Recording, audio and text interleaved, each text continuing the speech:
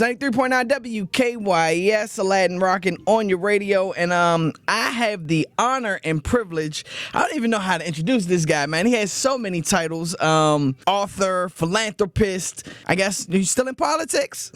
Nah, retired. I'm the best politician.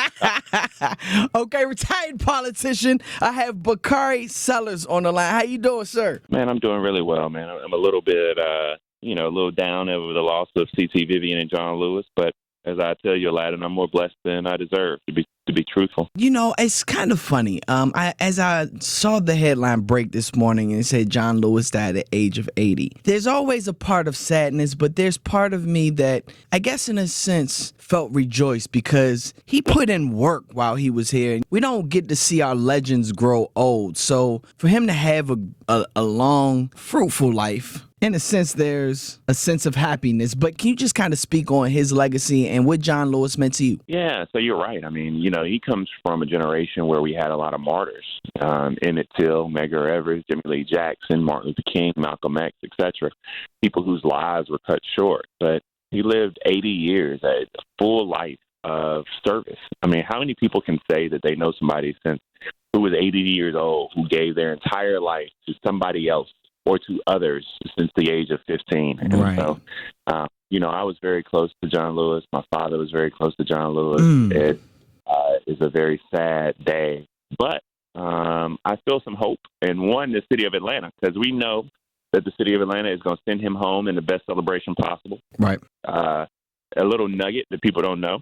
One of my favorite songs is My President is Black by Jeezy, and John Lewis was in that music video. Nice. Yes, he was.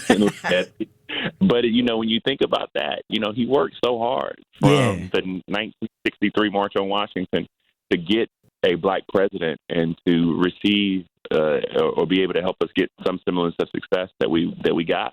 That here we are. And so I'm just going to be fond and remember him and be thankful. Talking to Bakari Sellers right here on 93.9 WKYS. You meeting him personally, what's one of the things you admired about his personality? Oh, man, he was so gentle. And I don't mean to say that he was a punk, right? Yeah. Like, people like gentle. What he thought? No.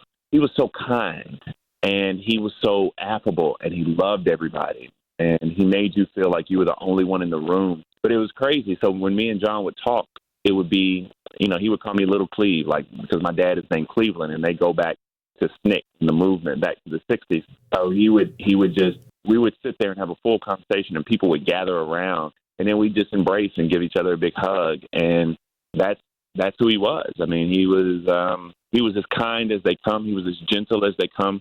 He was somebody who loved everybody, and he's somebody who fought like hell. So that I could be on CNN and you could have your job on the radio right now. Hey, man, you're not lying on that. Speaking of that, what do you think his contribution and his legacy will be remembered as? It depends on us, man. Like, got stuff together and do the right work. I mean, his legacy, his work is already written, but how do we carry that on? Yeah. Right? How do we allow him to live in our work? I mean, are we going to fall asleep at the wheel again in 2020 and during election year? Or not. I mean, so a lot of that is on us. And I'm going to work to be sure that his life is not in vain. I promise you I'm going to do that. Talking to Bakari Sellers right here on 93.9 WKYS. Since you mentioned the 2020 election, real quick, what's up with your man Kanye West? No. That's your man. I heard you with his campaign. The word of Aladdin is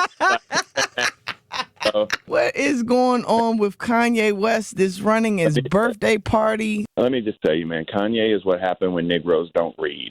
And I'm very clear about that. He's an avid non-reader. He's an admitted non-reader, and he's somebody who needs better people around him. I don't have time or energy to waste on Kanye West because I got a job to do. We got a job to do this November.